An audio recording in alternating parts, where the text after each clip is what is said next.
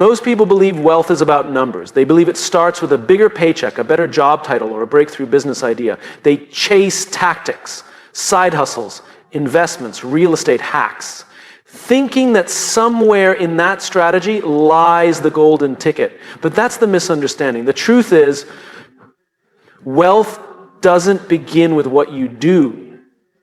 It begins with how you think. Think about it this way. If money solved the problem, every lottery winner would stay wealthy. But we know they don't. Most return to the same level of struggle they came from, sometimes worse. Why? Because money magnifies mindset. It doesn't fix it. You can give someone $1 million, but if they think like a person who's used to surviving, they'll make decisions that pull them right back to where they started. It's not the money that's missing. It's the mindset. Wealthy people didn't just wake up with money in their accounts. Somewhere along the way, they adopted a way of thinking that invited wealth into their lives. They stopped seeing money as the goal and started seeing it as a byproduct of something deeper, something intentional, something internal. Their mindset became the magnet. But this kind of mindset isn't built by accident. It's built by design. It's the result of asking better questions. Not, how can I make money fast? But what kind of person do I need to become to create lasting wealth? Not, what's the next big thing? But what am I building that will matter 5, 10, 20 years from now?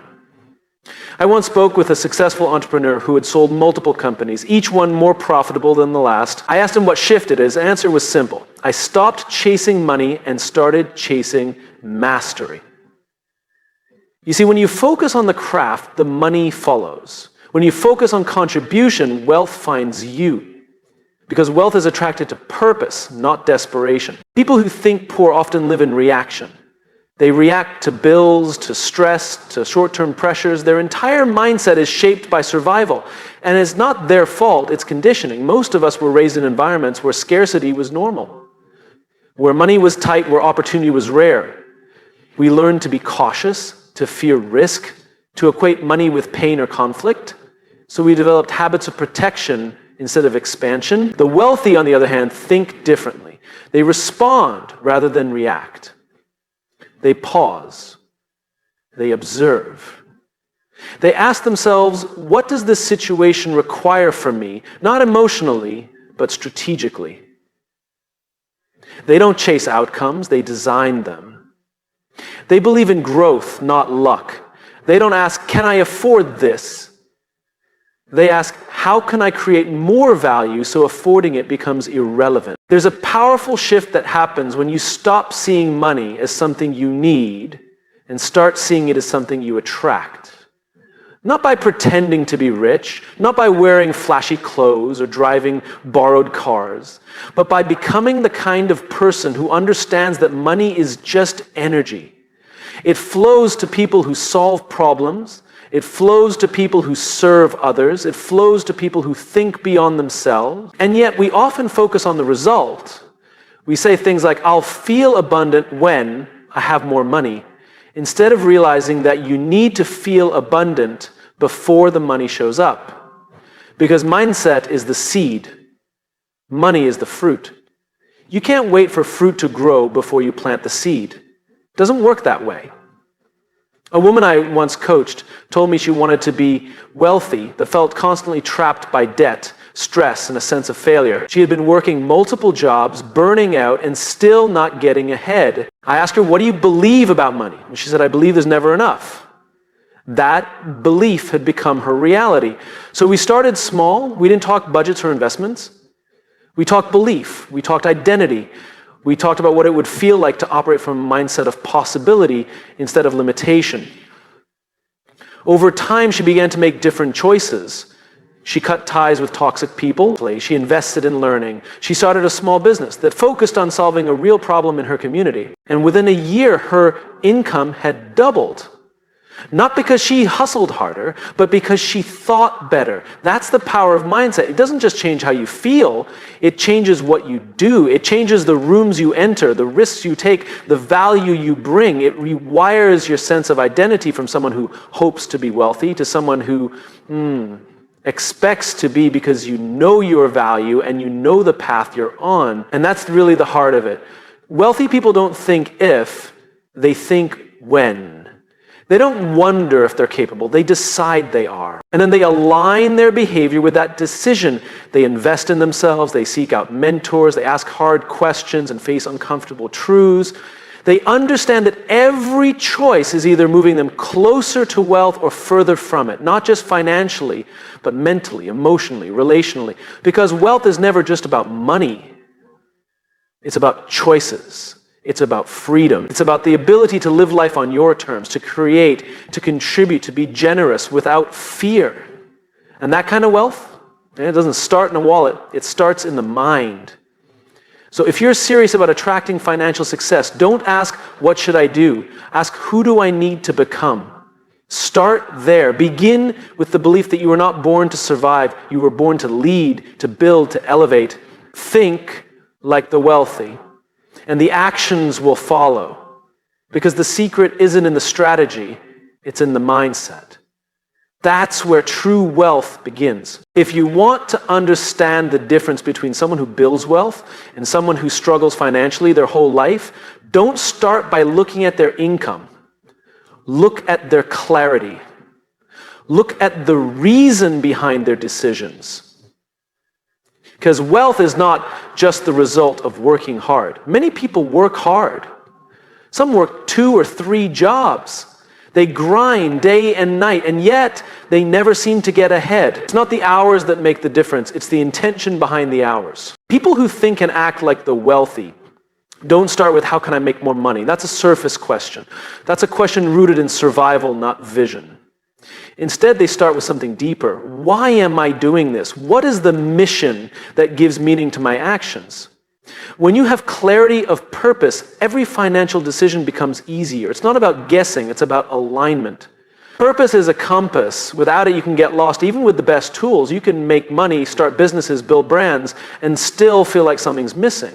Because direction matters more than speed. You can move fast and still go the wrong way.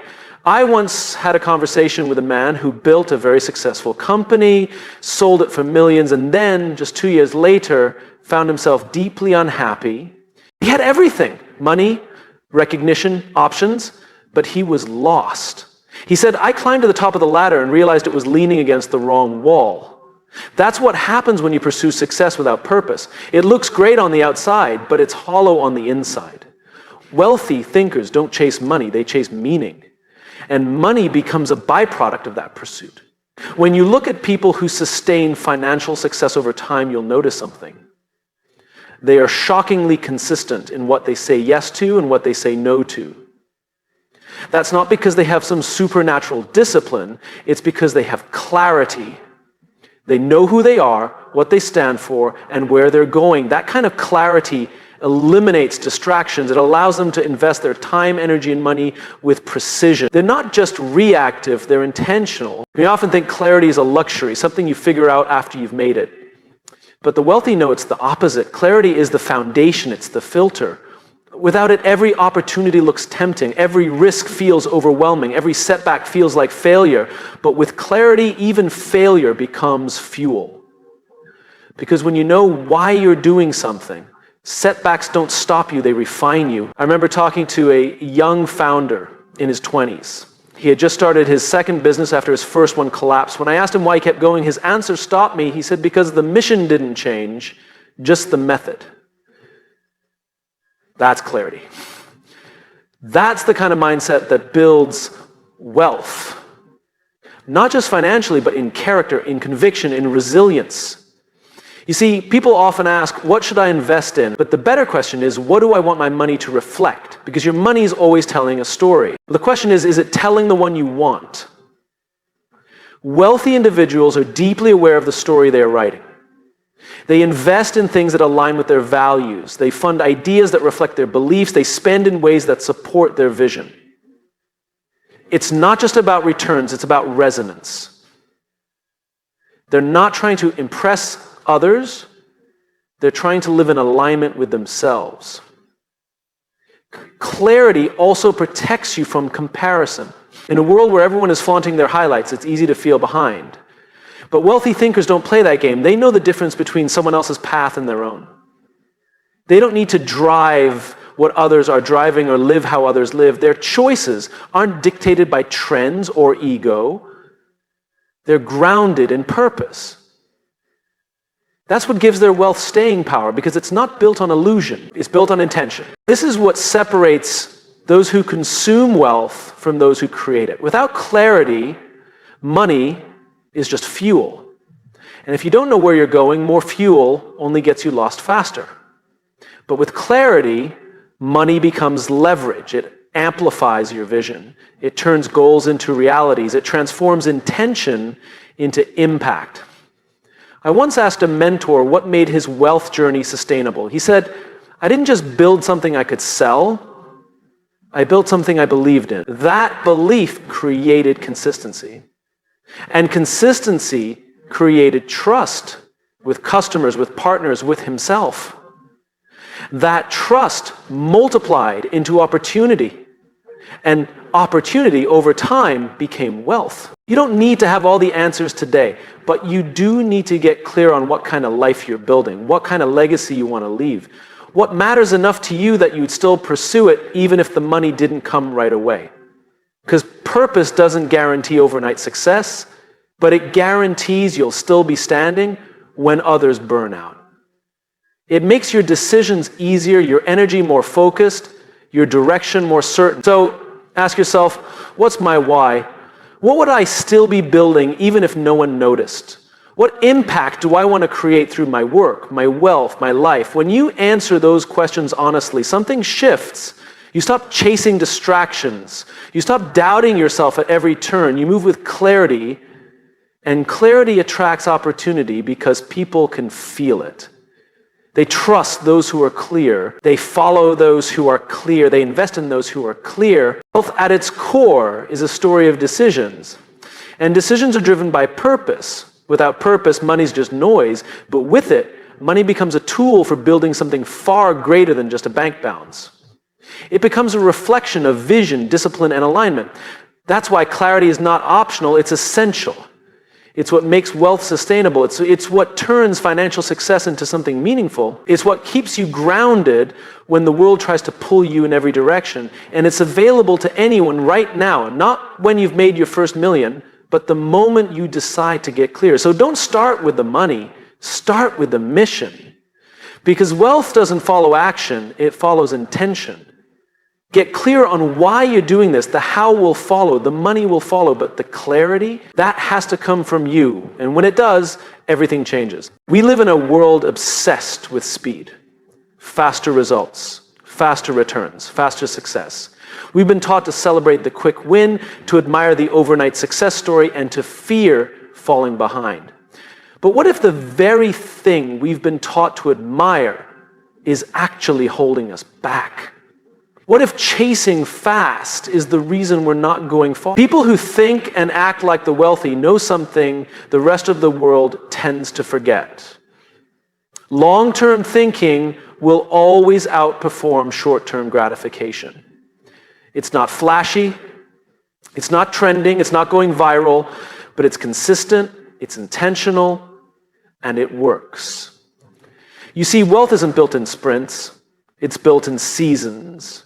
And each season demands patience, focus, and the courage to delay what feels good now for what will matter. The wealthy don't rush, they plant seeds.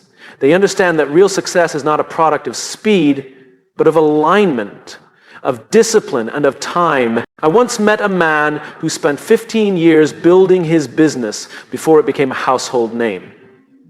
For over a decade, he made decisions that didn't always make sense to others. He reinvested profits when he could have spent them. He turned down offers that would have made him rich on paper. He was thinking long.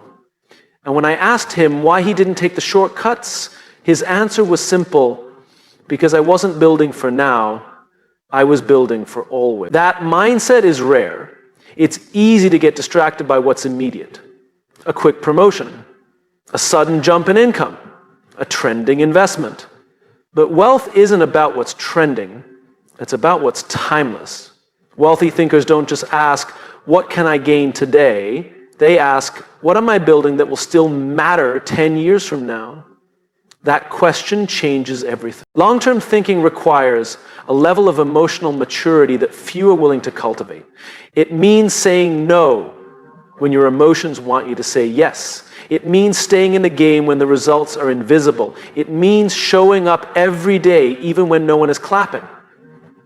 That's hard. But that's where the advantage is. Because most people quit too early. They trade the future for the familiar. They take the instant reward and miss the lasting result. There's a reason why compound interest is called the eighth wonder of the world. Not just because of its mathematical power, but because of the discipline it demands. It rewards the patient, it punishes the impulsive. You can't hack compound interest, you can't rush it. You earn its rewards by staying in alignment over time. And it's not just a financial principle, it's a life principle. Relationships compound, skills compound, reputation compounds. The best things in life grow slowly, then suddenly, but you have to stick around long enough to see the suddenly. I've seen countless people abandon their dreams because they didn't see results fast enough.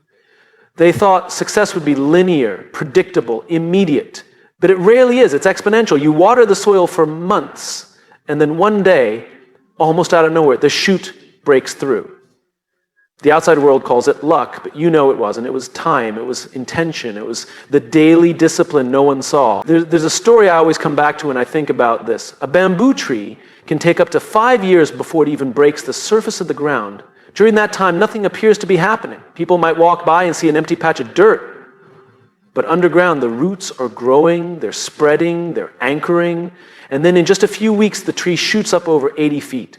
That's what long-term thinking looks like. It's quiet, it's unseen, but it's powerful. The wealthy don't just delay gratification. They use time as a partner. They know that time can be either your greatest ally or your silent enemy. If you're consistent, time multiplies your efforts. If you're scattered, time exposes your lack of direction. The difference isn't the clock, it's the choices. And this doesn't mean you have to suffer now to enjoy life later. That's not the message. Long-term thinking isn't about sacrificing happiness. It's about designing it. It's about making decisions today that your future self will thank you for. It's about shifting from what feels good now to what creates meaning later. Imagine if every decision you made today was through the lens of legacy. Not just how it affects your week, but your decade, your children, your community, your peace of mind. That's how the wealthy think, not just in terms of income, but impact. They see beyond the transaction into the transformation. This is why many people who win the lottery lose everything within a few years. They never had time to develop the thinking required to keep wealth. And the money came too fast for their mindset. And that's not a failure of intelligence, it's a failure of perspective. They were still thinking short when life gave them something meant to be managed long. Wealthy thinkers train their minds to delay. Not to deny, but to delay. There's a difference. Denial is rooted in fear. Delay is rooted in vision. It's a conscious choice to hold off on the short-term pleasure because you see something greater on the horizon. It's saying no to the impulse so you can say yes to the vision. And the good news, anyone can start thinking long. You don't need millions in the bank to do it. You just need clarity, commitment, and patience. You need to be okay with being misunderstood for a while, with not keeping up, with building quietly while others show off loudly. Because when the dust settles, the quiet builders become the loudest examples. Every time you invest in learning instead of spending on distraction, you're thinking long. Every time you choose to save rather than show off, you're thinking long. Every time you stick to your plan when it would be easier to quit, you're thinking long. These moments may seem small, but they're not. They're powerful because wealth is not created in a moment. It's created in a mindset that honors the long game. So the next time you're tempted by the shortcut, remember this. Fast might feel good, but long lasts. The true secret to wealth isn't how fast you can go, it's how far you can see. Think like someone who's building for always, not just for now. That's the difference between being rich temporarily and being wealthy forever. We often talk about what successful people have, the cars, the homes, the investments, the lifestyle, but rarely do we ask the more important question, what do successful people do that leads to those results? We assume they're lucky, we assume they had help, maybe they did, but those are surface level assumptions. What they really did, the thing that set them apart, is they solved a problem. And they did it better, longer, or more consistently than others. You see, most people spend their lives chasing money. They follow trends. They hunt for shortcuts. They jump from one opportunity to the next, hoping something will click. But money doesn't respond to desperation. It responds to usefulness. It responds to service. The people who build real wealth understand this. They don't focus on the money. They focus on the value they bring. And in doing so, the money follows. It sounds simple, even cliche, but think about it. Every product you use, every service you pay for, every subscription you renew, you're handing your money to someone who solved a problem for you. They made your life easier, faster, better, or more enjoyable. You're not paying for the thing, you're paying for the solution. Wealthy thinkers know this instinctively. They wake up asking, where's the friction? Where's the frustration? Where is something broken that I can fix or something slow that I can improve? They see what others ignore. They ask better questions. And then they go to work not to impress people, not to show off, but to serve, to solve. I remember a conversation with a woman who built a multi-million-dollar software company. She didn't start out trying to get rich. In fact, she told me she started because she was tired of how inefficient one simple task was in her industry. She thought, this shouldn't take hours. There has to be a better way. She built that better way. First for herself, then for others. And because the problem was real and her solution worked, people paid, not because she asked them to, but because she helped them. That's the lesson. Money follows usefulness. If you want to earn more, don't ask, how can I make more money? Ask, how can I become more useful? How can I solve something that really matters to people? That shift in thinking changes everything. It moves you from chasing to attracting, from scarcity to service. And let's be honest, there's no shortage of problems in the world. There are problems in every industry, every community, every generation. People are overwhelmed, they're under-supported, they're searching for simplicity, guidance, trust. That's your opportunity. You don't need to be a genius. You just need to care enough to fix something. The challenge is that most people are looking outward for opportunity when they should be looking inward for responsibility. Wealthy people don't wait to be told where the gaps are. They look for them.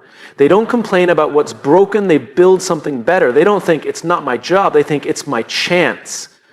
And this mindset doesn't only apply to entrepreneurs. You can solve problems in any role, at any level. You can be the person who brings clarity in a confusing system, the person who builds better processes in a chaotic team, the person who sees the customer not as a transaction, but as a human being. That kind of thinking isn't just rare. It's valuable, and value is what people pay for. I once worked with a man in a customer service role at a logistics company. Nothing glamorous. But he treated every customer issue as a challenge worth solving. While others focused on getting callers off the line quickly, he focused on resolving the root issue. Over time, clients started asking for him by name. He got promoted. Then again, years later, he started his own firm because solving problems had become a habit. Not for attention, but from intention. To this, that's the difference. Problem solvers are creators, they're leaders, they're wealth builders, not because they seek status, but because they create value where others see inconvenience. And here's the part we often miss. Real problem solving requires empathy. You can't solve what you don't understand. You have to care, you have to listen, you have to pay attention to what frustrates people, not so you can criticize, but so you can contribute. Wealthy people lead with curiosity. They don't assume they have the answer. They study the problem until the solution reveals itself. And that's why some of the greatest innovations came not from big institutions, but from individuals who simply paid attention. Someone noticed how hard it was to find a cab and built Uber. Someone noticed how impersonal hotels could feel and created Airbnb. Someone saw how messy communication was in teams and developed Slack. These weren't just lucky breaks, they were targeted solutions. Now, of course, not every idea becomes $1 billion company. That's not the point. The point is this. When you stop chasing money and start solving real problems for real people, you give yourself a shot at something that lasts, something that scales, something that matters. The irony is, when you stop focusing on getting paid and start focusing on being useful, that's when you become irreplaceable. And irreplaceable people never struggle for opportunity because they've made themselves necessary, and the necessary people are valuable people. So the question is not what's the best industry to get into or what's the hottest niche. The better question is, where are people struggling? And how can I serve them better than anyone else? Wealthy people don't follow the money. They follow the need. They go where the tension is, where the gaps are, where people say, I wish someone would just, and they become that someone. You don't need to have all the answers today. You just need to start listening more deeply, paying attention more closely, acting more generously, because the world is filled with problems, and those problems are waiting for someone with the courage to solve them. Not for recognition, not for applause, but because that's what leaders do. That's what creators do. That's what wealthy thinkers do. And when you approach life with that mindset, something amazing happens. People start trusting you, referring you, supporting you, because they feel seen, understood, helped. And when people trust you, money follows, influence follows, impact follows. So don't chase money, chase problems. And then solve them so well, so consistently, so generously, that people can't help but pay attention. That's how wealth is created. Not in theory, but in practice. Not by seeking attention, but by creating value. In the end, you'll realize something powerful. Money was never the goal. It was the result. The result of showing up every day with the intention to serve, to build, to solve. That's the mindset that attracts financial success, and it's available to anyone who's willing to think like a problem solver and act like a leader. Most people think financial success is about strategy, about finding the right investment, the right opportunity, the right timing. But what if the biggest influence on your financial destiny wasn't strategy at all? What if it was something more personal, more powerful, and more deeply rooted than numbers? What if it was your identity? You see, we don't rise to the level of our goals. We fall to the level of our identity. And we behave in ways that align with who we believe we are. It's not about what we want. It's about who we see ourselves as. And wealthy people, people who build real, lasting financial success, don't just act differently, they think differently because they see themselves differently. That's the secret no one talks about. You can hand someone a winning formula, but if they don't believe they're the kind of person who wins, they'll sabotage it. They'll walk away. They'll play small. Why? Because their internal identity doesn't match the external opportunity. You can't outperform your self-permission. I once worked with a man who grew up hearing things like, money is evil, or rich people are greedy, or we're just not meant for that kind of life. His family meant well, but those words took root. Even when he started earning well, something in him felt uncomfortable about success, like it wasn't for him. So he'd find ways to lose it, to shrink, to justify playing it safe. And it wasn't because he lacked skill, it was because he hadn't updated the story he told himself about who he was. And that's what identity does. It becomes the filter, the framework, the lens through which we interpret everything. If your identity is rooted in struggle, you'll keep finding ways to struggle. If your identity is rooted in scarcity, you'll see every opportunity as a risk. But if your identity is rooted in worth, in responsibility, in possibility, you start making decisions that reflect that. Wealthy people don't just have money, they identify as creators, as stewards, as builders. And because of that, they move differently. They ask different questions. They take different risks, not recklessly, but intentionally, because their identity has room for success. This isn't about arrogance. It's not about pretending you're better than others. It's about believing that you were born to contribute, to grow, to steward more than just enough. It's about letting go of the story that says, who am I to be wealthy, and replacing it with, who am I not to be if I'm willing to grow into it. The most dangerous limits are the ones we accept as true without questioning them. And many of those limits come from our identity, formed in childhood, shaped by environment, reinforced by repetition. But here's the good news. Identity isn't fixed, it's formed, which means it can be reformed. You don't have to keep carrying the labels someone else gave you. You don't have to keep living in patterns that no longer serve you. You can rewrite the script. But that starts with awareness, with asking yourself, what do I really believe about money, about success, about people who have wealth, and most importantly, about myself? It might sound like inner work, and it is, but make no mistake, it directly affects your outer world. Because we always find ways to prove ourselves right. If you believe you're bad with money, you'll find ways to lose it. If you believe you're not worthy of abundance, you'll push it away. But if you start believing you can grow, that you can learn, that you are becoming someone who stewards wealth, can start acting in alignment with that. And that alignment changes everything. One of the wealthiest people I've ever met once told me, I didn't become rich when I made my first million. I became rich when I started thinking like someone who adds value. That shift didn't happen in his bank account. It happened in his identity. He stopped seeing himself as a scrappy hustler trying to survive and started seeing himself as a contributor with responsibility. His money followed that identity. And yes, identity work takes time. It takes honesty. It takes looking at your patterns, your fears, your habits. But it's worth it. Because once your identity shifts, everything else does too. You stop chasing, you stop second guessing, you start building from a place of alignment, you start leading yourself. Wealthy thinkers ask themselves powerful questions, not just what do I want, but who am I becoming? Because the answer to that question shapes every financial decision. If you see yourself as someone who manages money well, you act accordingly. If you see yourself as someone who can create value, you start seeking ways to do that. And if you see yourself as someone who is worthy of financial freedom, you stop settling for less. This isn't about fake confidence. It's about earned belief. It's about doing the internal work so your external world has a new foundation. You don't need to wait until you've achieved success to feel successful. You start by aligning your identity with someone who is capable of success. And then you walk that out daily through decisions, through discipline, through belief.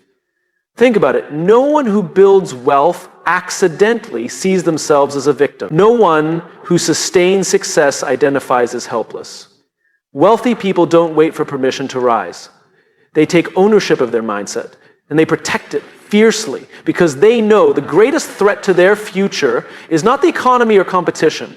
It's the voice in their head telling them they're not enough. You don't silence that voice by arguing with it. You silence it by proving it wrong, by acting in spite of fear, by choosing growth over comfort, by writing a new narrative, one choice at a time. So ask yourself, who do I need to become to handle the future I say I want? What beliefs do I need to release? What identity do I need to adopt? And then start living from that place. Not tomorrow, today, in the way you talk, the way you budget, the way you plan, the way you show up. Because money isn't just about math. It's about mindset. It's about meaning. It's about identity. You can't hold what you don't believe you're meant to carry. So start becoming the person who can carry more, not out of greed, but out of purpose, out of responsibility, out of legacy. You already have what it takes. But to reach the next level, you must see yourself differently. You must believe that your financial future is not determined by your past. It's shaped by who you decide to be now. Your identity is your foundation. Build it strong, build it true, and your financial destiny will rise to meet it.